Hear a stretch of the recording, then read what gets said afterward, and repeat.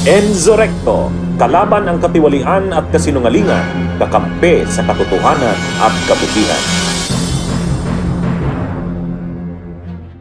Tawagan ang ilang kongresista kay Vice President Sara Duterte na tigilan na ang umano'y pag-iwas sa mga issue at sa halip ay sagutin na lang ang usapin ukol sa umano'y maling paggamit ng pondo ng kanyang opisina. Ayon kay House Senior Deputy Speaker Aurelio Gonzales Jr., karapatan ng publiko na malaman ang katotohanan ukol sa budget utilization ng mga ahensyang hawak ng pangalawang Pangulo. Kaya dapat ay tigilan na nito ang kanyang umano'y diversionary tactics. Binatikos din ni Gonzales ang pag-atake ni Duterte kay Pangulong Ferdinand R. Marcos Jr. Gayong siya naman daw talaga ang hindi magaling na leader. Para naman kay House Majority Leader Manix Dalipe, mabuti na lang din at umalis na ng DepEd ang Vice Presidente dahil naisalba na umano ang kagawaran mula sa kapahamakan. Si House Assistant Majority Leader Zia Alonto Adyong tinawag pang bastos at desperada si VP Sara bilang tugon na rin sa kanyang banta kahit sa yumao na para lang makaiwas sa issue. The pleasure of your time. Let's start with the timing of the press conference of Vice President Sara Duterte right when the House investigation on OVP spending is happening. I'd like to get your thoughts on this, please. Yes, reaction namin dyan actually deliberate attempt to shift public attention. So napaka-timing talaga niya, no? Pagkalabas ng investigation, actually ongoing investigation on the allegations of the misuse of public funds, no? And corruption within the Department of Education and OVP, Office of the Vice President. Kasi 'di ba, ang iniimbestigahan ngayon ay paano yung mga pampublikong pondo. So napaka-timing na bigla ay nagsalita siya. Pero sa tingin namin dito, Rica, actually itong tell-all na ginagawa niya na interview, theatrics ito, not really to answer yung allegation sa kanya para ipaliwanag talaga sa taong bayan yung transparency baga na saan talaga napunta yon, kasi ang mga allegations na as basic as 16 million ang ginamit para sa safe houses. Na ang weird talaga noon, 'di ba? Kasi safe houses, bakit kagagastos ng ganun kalaki? What is in there? Tapos hindi pa nga masagot-sagot sa atin yung 125 million, remember? Na confidential funds of the Office of the Vice President. So, marami pa po tayong mga tanong dyan So, dapat siguro maging transparent doon at yun talaga yung i-head-on na sagutin ng Vice Presidente at hindi kung ano-ano yung mga sinasabi niya. Hindi lang po yun, Congresswoman, because one of the statements that the Vice President said is when she downplayed yung government spending ng millions of pesos na hindi ito surprising. Di po ba? Na ginagawa naman daw ito ng gobyerno talaga, even DepEd. Let's talk about this, please. Actually, that's our point kasi parang consistent siya sa pagsasabi na wala siyang ginawa. Ang hirap po nun kasi we are right now investigating kung ano itong nangyari, no? Na may implication kasi yung corruption na ito sa widespread poverty, hunger, economic crisis ng ating mga kababayan. So parang bawat sentimo na nawawala doon, 'di ba? Na panggastos para sa mamamayan ay talagang kapuna-puna, talagang dapat nating alamin.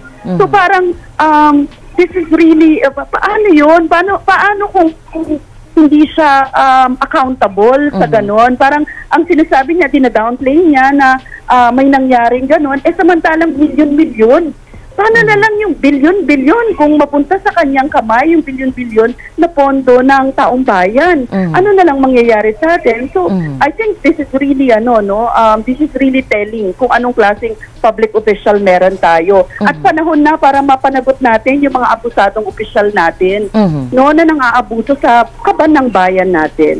And yun po yung consistent, Congresswoman, kay Vice President Sara Duterte. Hindi niya talaga sinasagot questions regarding budget when asked sa kanya, even by the media or even by anybody from Congress. So itong pag-iwas po niya na ito, paulit-ulit dahil iniimbestigahan naman na daw po, pinag-aaralan na ng COA, is this acceptable all the time?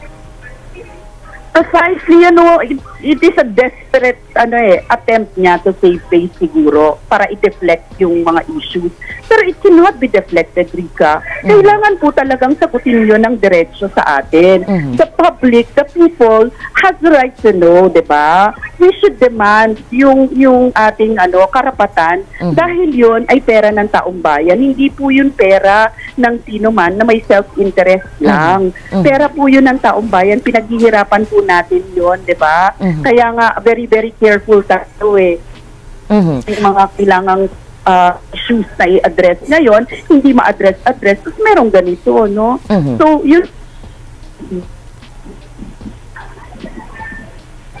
Hello? Yes, ma'am. I thought we lost you, Yeah. Congresswoman. Opo, balikan po natin yung naging almost 2 hours na press conference ni Vice President Sara Duterte. Majority of that are statements against President Marcos.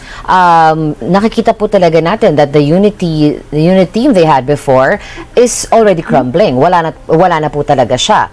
Do you see this as having an effect on President Marcos and how he leads the country? I think she's really trying to i-divert ang lahat.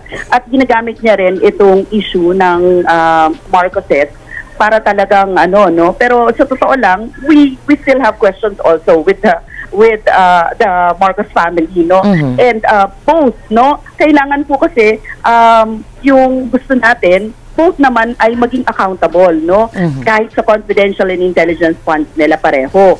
Pero ito, yung usapin ng pag-crumble nung kanilang actually yun nga parang theatric episode, na parang inaaway niya yung mga Marcoses ngayon. Pero we think ito, diversion lang talaga ito kasi ayaw niya talaga sagutin yung mga at hand na issue kaugnay sa kanya. Hindi naman ito tungkol pa sa Marcos, tungkol pa sa kanya ito. Tungkol pa sa Office of the Vice President and the Department of Education na pwede niyang sagutin, di ba, ng diretsyo.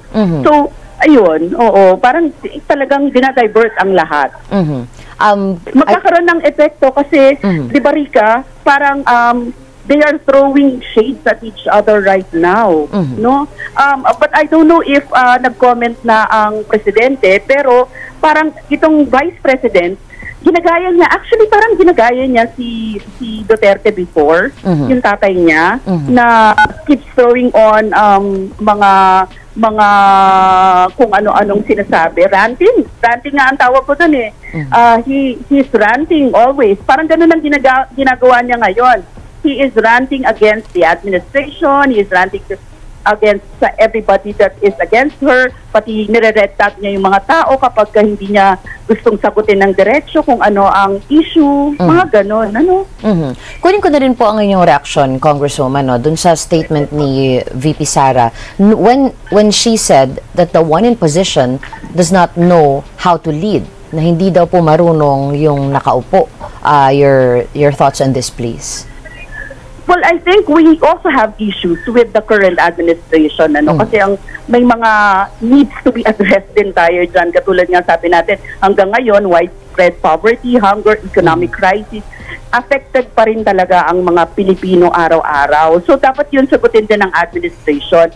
But sabi ko nga, may dapat ding sagutin at kailangan din sumagot ang Office of the Vice President or the Vice President per se. Parang sinasabi niya ito kasi nga sabi nga nila talagang kapag nasusukol na kung ano-ano na lang yung sasabihin niya. So ito may kulanong salita na ang ibig sabihin dito ay ang pagkakaisa. Bunyog Party List. Halika na, Bunyog Party List ka na. Halika na, Bunyog Party List ka na. Sa susunod, ang atinang suportahan, Bunyog Party List, nagtataguyod ng katotohanan, lumalaban para sa bayan.